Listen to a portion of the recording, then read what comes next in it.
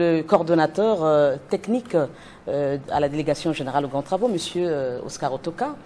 Vous voyez justement ce qui se dit sur les réseaux sociaux, cette opinion qui affirme que le soubassement de cette corniche, sinon de cette partie endommagée de la promenade de la corniche sud de Brazzaville, n'était pas constitué de matériaux solides ou durables.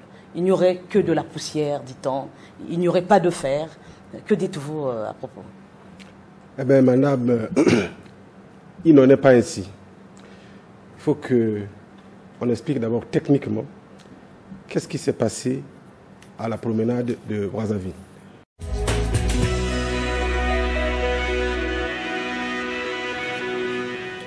Alors, donc, il faut que les Congolais comprennent bien qu'est-ce qui s'est passé comme phénomène technique qui a causé l'effondrement de la promenade de Brazzaville. Malheureusement, on n'a pas pu trouver une image en 3 dimensions pour que le commun des Congolais puisse comprendre. Donc, il s'agit ici du profil en travers type où l'ouvrage, où l'effondrement s'est passé. Cette ligne représente la plateforme de la chaussée.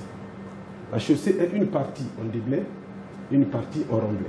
C'est-à-dire ici, on a enlevé de la terre, ici, on en a rajouté pour créer une chaussée plate. Au-dessus, nous avons donc l'immeuble du ministère de la Défense. Et ce remblai est soutenu par un mur de soutènement qui est fondé, son radis est fondé sur des colonnes balastrées. Donc ce remblai est exposé du côté des eaux. Le dimensionnement de cette structure avait tenu compte de la cote des eaux que le Congo n'a jamais vécue depuis 100 ans. Il s'avère que cette inondation-ci a dépassé cette cote de 2 mètres. Et en dépassant de 2 mètres, les eaux ont inondé ce remblai. Tout ouvrage, partout au monde, vit un tassement, c'est-à-dire un affaissement. Tout ouvrage. Le tassement est dangereux dans 2 cas. Premièrement, quand il dépasse la valeur admissible. Et deuxièmement, il est dangereux quand il est différentiel, c'est-à-dire quand une partie de l'ouvrage tasse et l'autre reste ou tasse moins. À ce moment, automatiquement, il y a fissuration de l'ouvrage. On vit constamment les tassements différentiels au remblai contigu au pont. Parce que le pont, le remblai c'est un remblai, c'est de la terre qui tasse et on monte sur le tablier qui est un ouvrage en béton, donc 2 matériaux différents, souvent ça incommode même les passagers. Donc, ce qui a causé ici, c'est que la partie en déblai n'a pas suivi le tassement de la partie en remblai. Et le tassement de la partie en remblai a été accéléré par la montée des eaux, la crue et la décrue. Ce qui a fait que ça a créé une fissure longitudinale à l'interface entre la partie en remblai et la partie en déblai. Donc une partie a tassé plus que l'autre. Si tout s'était tassé au même moment, il n'y aurait pas de problème. Une partie a tassé et une partie est restée stable. Le tassement ici a été accéléré essentiellement par l'eau. Ce qui fait que la pluie d'une intensité exceptionnelle et qui a duré 72 heures a créé des infiltrations sur la fissure qui s'est produite.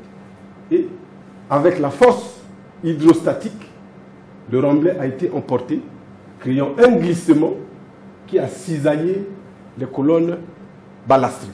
C'est-à-dire le remblai qui est ici est sorti et ce qui a créé l'effondrement de la partie en remblai de la route.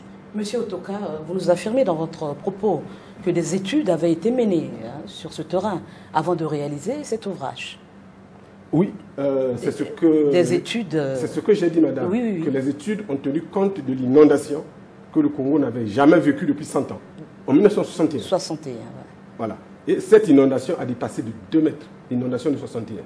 Et c'est ça ce qui a provoqué le tassement précipité de ce remblai et a créé donc une fissuration entre la zone de déblai et la zone de remblai, entraînant le glissement de terrain et partant un grand glissement qui a emporté donc tout le mur de soutènement. Monsieur Otoka, et si le problème venait du côté des entreprises, notamment des Chinois, ne le cachons pas, une opinion met en doute cette expertise chinoise. La Chine, c'est un grand pays à respecter. Il faut savoir qu'au début de nos indépendances, nous avons quasiment le même PIB. Et aujourd'hui, la Chine est comparable aux plus grandes puissances de cette planète. C'est un exemple à suivre. Voulant suivre ce modèle, nous avons conclu un partenariat avec la Chine qui nous a aidé à financer un certain nombre de projets. Et dans tous les projets financés, nous avons associé comme ingénieurs conseil essentiellement les cabinets occidentaux. Exemple, ici, le cabinet conseil, c'est un cabinet français. Nous avons construit le barrage d'Imbulu avec un cabinet allemand Fischner. Nous avons construit Pointe-Noire-Brazzaville avec le cabinet Aegis comme ingénieur conseil. Nous avons construit le tronçon Ouando-Makwa-Mambili avec le cabinet allemand Goff.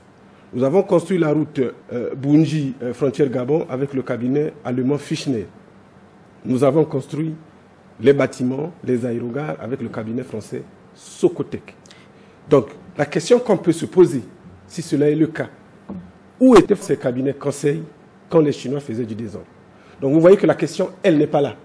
La question est que c'est une catastrophe naturelle qui est arrivée et toutes les parties, que ce soit entreprises, administration que nous représentons, bureau d'études, bureau de contrôle, s'il y a une responsabilité, nous sommes tous responsables et non d'inculper les Chinois.